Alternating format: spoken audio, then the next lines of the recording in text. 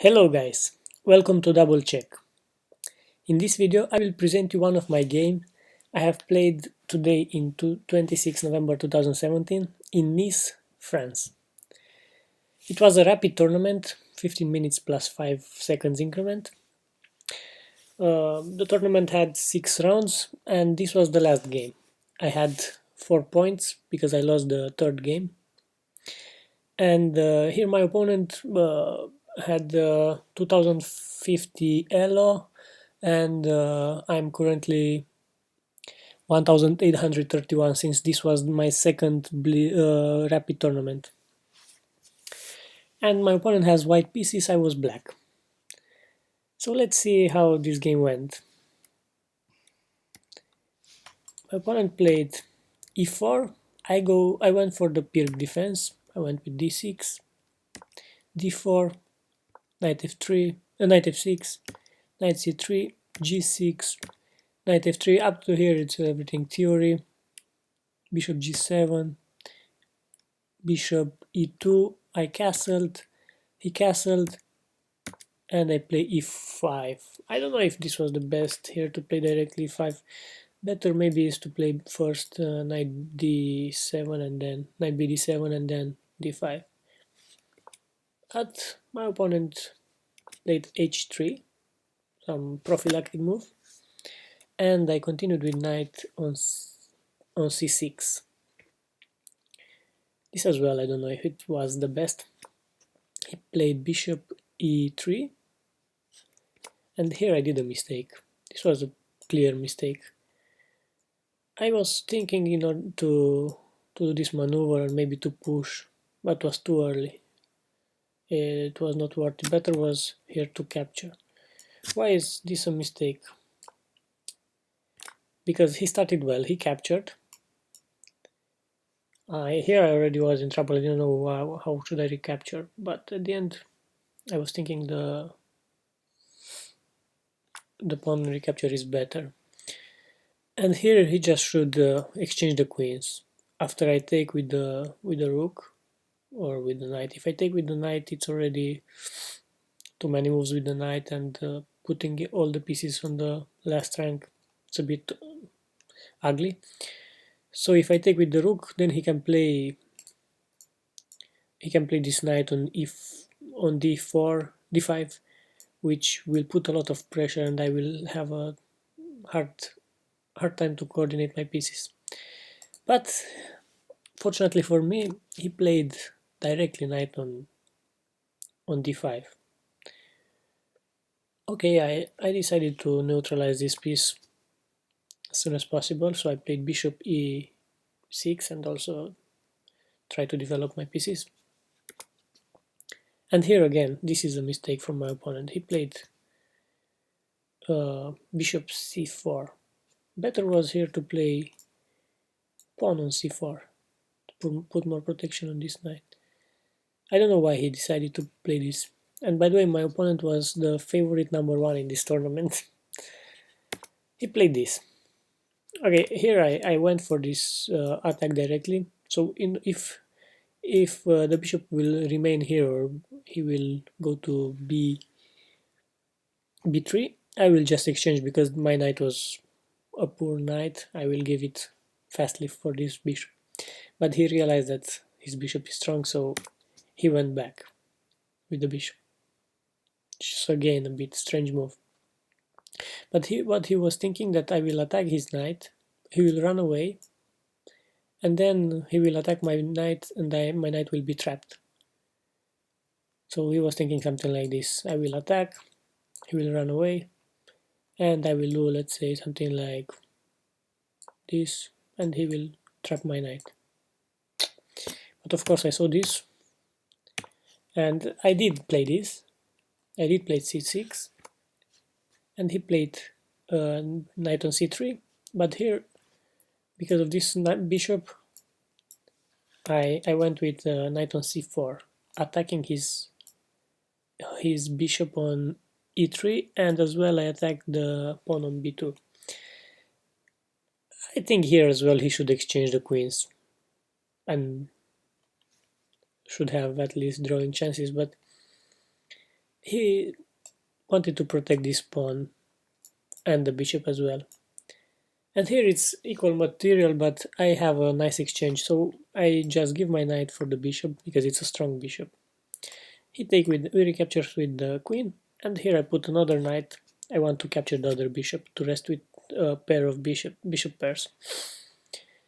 My opponent played rook f to d1 in order to attack my queen, but as my plan was to capture, I capture first the knight with check. He recaptured with the knight, and now I'm still attacked.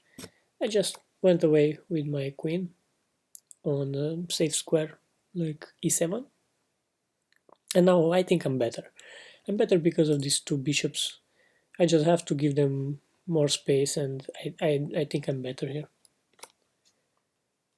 So he played b3. He wants to push these pawns to advance and to block my to close position because I have bishops pair. First, this knight was annoying for me. I was thinking he will go here, and then I have to go back with the bishop. I didn't want because I was thinking my bishop is good there. So I played this in order just to prevent his knight to come on g5. And he went with his plan, c4. I wanted to exchange the rooks, if it's the case, because this rook was doing nothing here. And he played c5. Here already I had a plan.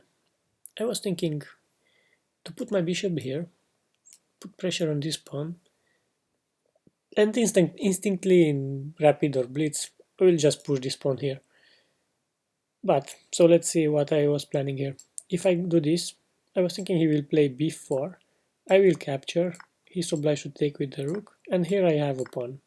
This was my plan, how to gain a pawn. But my opponent saw this, so after I play this, he play rook to defend this pawn.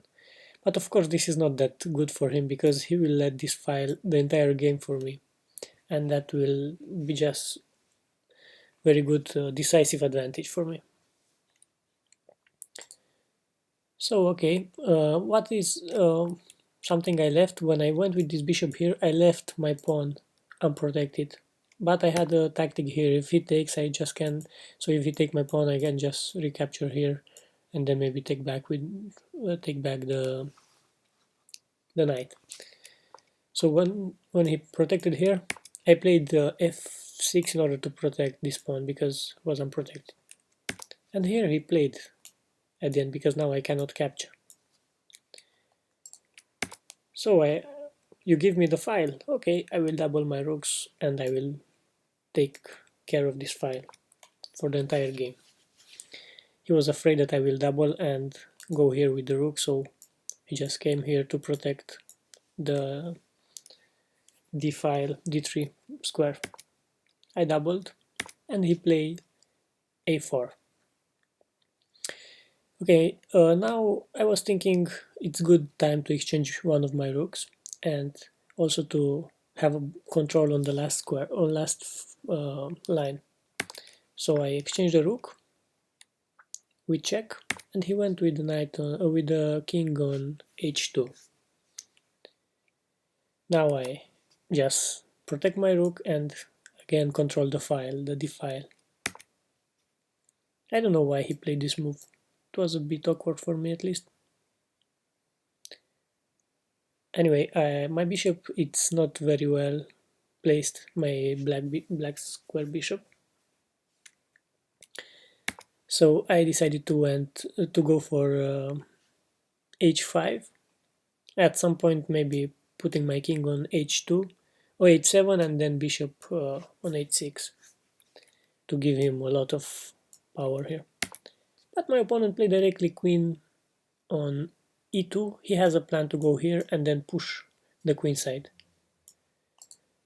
And I put directly my bishop what I was planning before. And he went for his plan on bishop queen b2. And here he let me to pin this knight, and this is a very, very ugly pin for him because everything is blocked for him. He cannot go out from this pin because of the rook, and it's a bit awkward. I will try this now. He will have to pay attention. And he played b5. I went for my plan in order to capture his knight. And he stopped the idea of advancing. I cannot capture because he will recapture with the knight.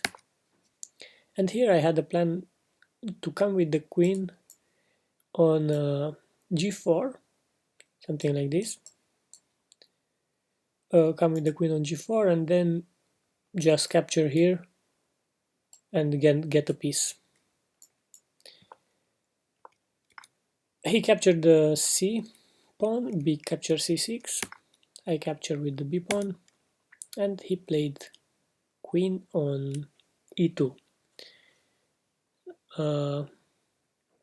Now I put my bishop back.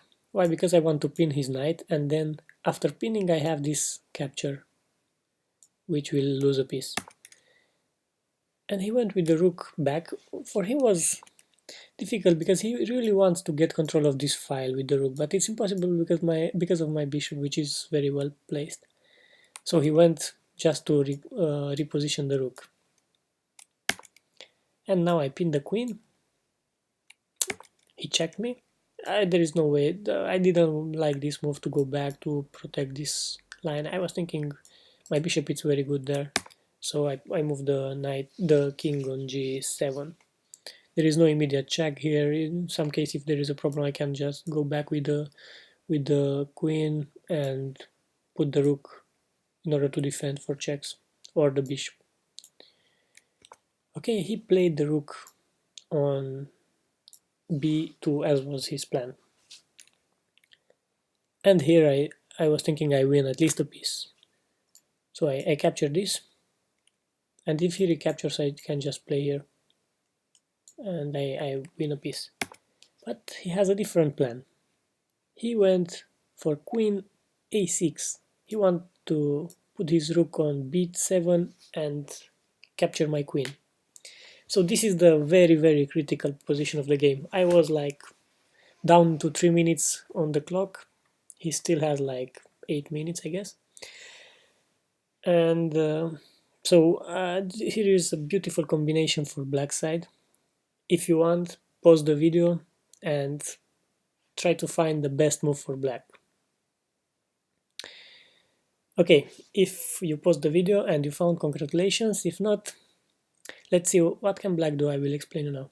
There are 3 possibilities to mate in 3 moves. So mate in 3 moves by 3 ways.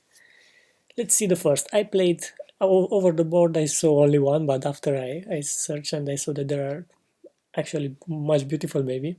I played rook h1 check, and my opponent resigned. So why? Because the only move he cannot capture with the knight because the knight is pinned. He cannot go here because of the queen. So the only way for him is just to capture. And here I have this very nice move, queen h3. He cannot capture my queen because of the bishop. The king is pinned, the pawn is pinned. So he's obliged to go on g1. And here I will just capture and it's mate. So this was one way to finish this game. Another way was simply capture the knight with check. If he captures with the pawn, then I have this move, check, queen h3. He's obliged to take, and that's mate. And the last one, which I regret I didn't play it over the board, was this move, queen h3, directly. If he takes with the pawn, that's mate in 1, because knight cannot capture and the rook is protected, knight is pinned, this is mate. What else can he do? After rook h3, he can capture with the king, and here is a nice combination. Rook check. He's obliged to take with the knight, so now I have these squares. So there is check 2 ways. I can check. I can mate either with the pawn on g4 or with the bishop. I think I will do it with the bishop. It's nice to see these two bishops controlling both the diagonal and mate. So yes, my opponent resigned after rook h1, and I won this game, and as well I won the tournament. Thank you for watching, and I hope you enjoyed this game, and please like and subscribe. Thank you. Bye bye.